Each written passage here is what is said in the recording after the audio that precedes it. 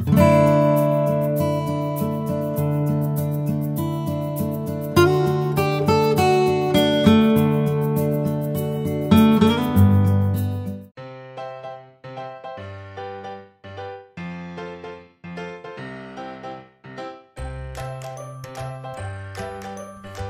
everyone, welcome back to my channel. So today I am doing another part of my dragon series. Basically this is a series of artworks which I have been doing where I draw a dragon inspired by different varieties of tea. Now recently I have done matcha, I've done Earl Grey and oolong, and today I wanted to do chamomile. Now chamomile tea was actually on my list for one of the first ones that I wanted to do. I actually wanted to do it back when I did the matcha one, however I just felt like doing the matcha one, so chamomile got pushed back a little bit. However, I had this thought to do a sort of really small, cute, tiny little dragon. Now the reason I'm doing that is because it is inspired by the chamomile flowers which are used to make the tea. And yeah, I just really wanted to do something small and cute and sort of delicate, kind of like the flowers, I guess. So yeah.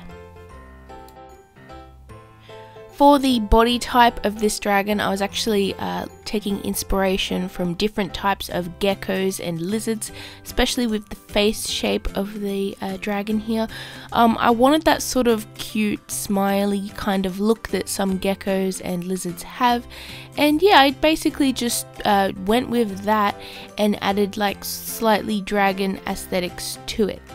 Now, people may say that this isn't a dragon because it's very small and dragons are usually very big. However, I like to believe that this guy is definitely a dragon. He has those genetics.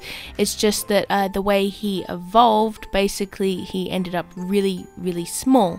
And basically they live where a lot of chamomile flowers are growing. That's their sort of natural habitat. And yeah, that's basically it. He is definitely a four-legged lizard type of animal with wings that breathes fire, so he's a dragon.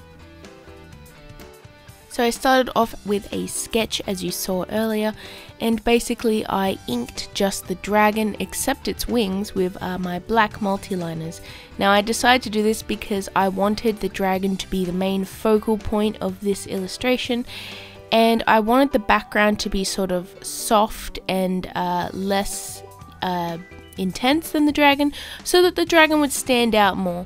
And the reason I did the wings in very light pencil is because I wanted them to be sort of light and delicate looking, and almost like a dragonfly's kind of wings, I guess, in the sense that they're sort of transparent a little bit.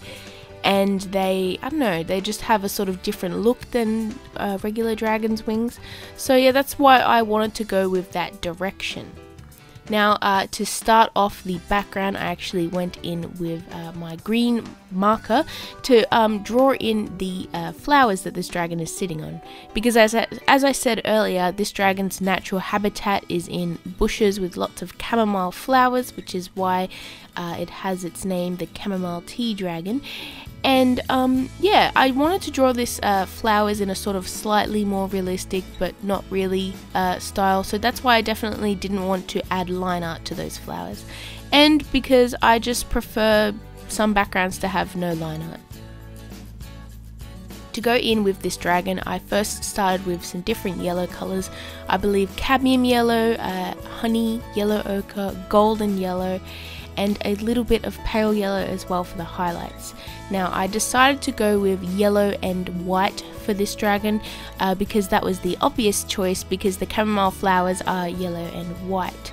Now for the wings, as I said before, I wanted to give them a sort of translucent sort of look to them, as if they were dragonfly wings. And I basically did that by having a gradient where it was a darker yellow on the outside and it faded to a slightly lighter yellow in towards the body of the dragon, and that's because I just wanted to have a sort of see-through look to them. I also gave this dragon sort of frills on the top of its head, and that's mainly to show that it is not a lizard, and I just thought that they would look pretty cute. And the shape of the frills also remind me of petals of the flowers, even though the flowers' petals are white. So that's why I wanted to add that. After that, I decided I wanted to give it a sort of iridescent white scale look to the rest of its body. So I basically just picked some of my really light coloured markers, and I did some little slightly light purple and slightly light yellow, blue and green scales. And that's basically just to give it a sort of look as if it is a white sort of scale. However, in the light it sort of shines in that sort of rainbowy kind of colour. After that, I masked off this whole piece. Now this is where I want to say that I almost destroyed this artwork. Yep, I actually didn't get it on camera, however I was using masking fluid to mask off the parts of the leaves that were really intricate, and I knocked the bottle over and tipped it all over the art and all over my table. Yep, good job, Sarah. But I was actually able to sort of fix that. You can slightly see where the masking fluid was on the top of the artwork. However, I just sort of scraped most of it off before it dried, and then I sort of let it dry and peeled it off. The masking fluid doesn't do too well on the Express It blending card. I feel like it sort of affects the texture of the paper. However, I ended up saving this artwork, and yeah. Another mistake that I made was that inside part of the flower that the dragon is sitting on, I forgot to mask that part off. See, I had masking fluid around the petals, and I was going to add some tape to that part in the middle of the flower, but I just forgot, and basically the inside part of that flower got green all over it. But that's okay, because I ended up fixing that by just redrawing it on a piece of separate paper, and then I just glued it down, and you know what, you can barely tell, so I'm gonna say that's a win. So for the background, as you can see, I'm definitely using my Copic Airbrush system. However, I wanted to sort of allude to some sort of plants behind the dragon, and I wanted to give it a sort of depth of field a little bit, which I've been trying to do lately in my art. And for the flowers in the background, it was a bit difficult to like airbrush white because, well, these markers are transparent, you can't airbrush white. So I actually went in with my colorless blender, and that actually works very well over airbrushed parts.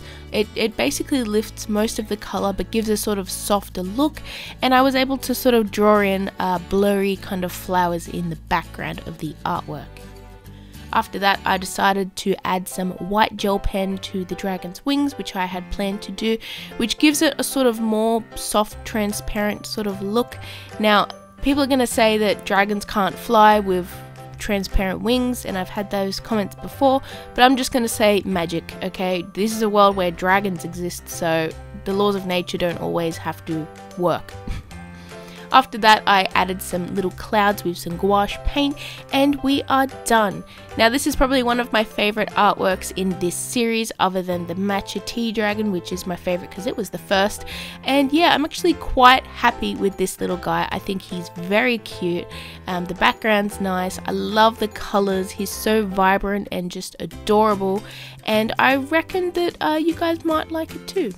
So thank you guys so much for watching this video. I hope you enjoyed it. Please hit like and subscribe, and check out my other videos in this series if you want. I'll probably make a playlist for them since there's a few of them now.